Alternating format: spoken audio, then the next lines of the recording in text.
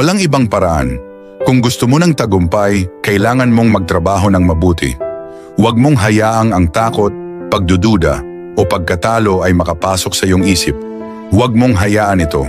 Kapag bumangon ka sa umaga, isipin mong manalo sa araw na yon. Ipagpatuloy mo ang pag-iisip na manalo kapag pumapasok ka sa iyong klase o trabaho.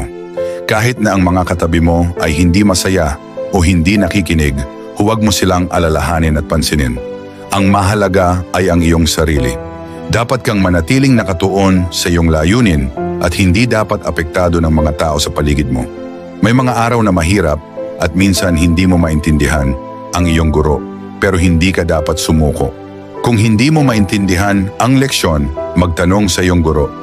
Huwag kang matakot o mahiyang magtanong. Sabihin mong gusto mong matutunan at kailangan mo ng tulong. Ang guro mo ay tutulong sa iyo kung makikita nilang seryoso ka. Huwag mong tanggapin ang pagiging average. Hindi ka nabigo. Natututo ka lang. Baka minsan ang buhay ay magbibigay ng problema, pero tandaan mo, ang mga problema ay nagpapalakas sa iyo. Ang mga taong hindi sumusuko ay nagtatagumpay sa huli. Kaya mo yan. Mayroon kang lahat ng kailangan para maging matagumpay. Patuloy kang mag-aral at magtrabaho ng mabuti. Ang tagumpay ay tiyak na darating.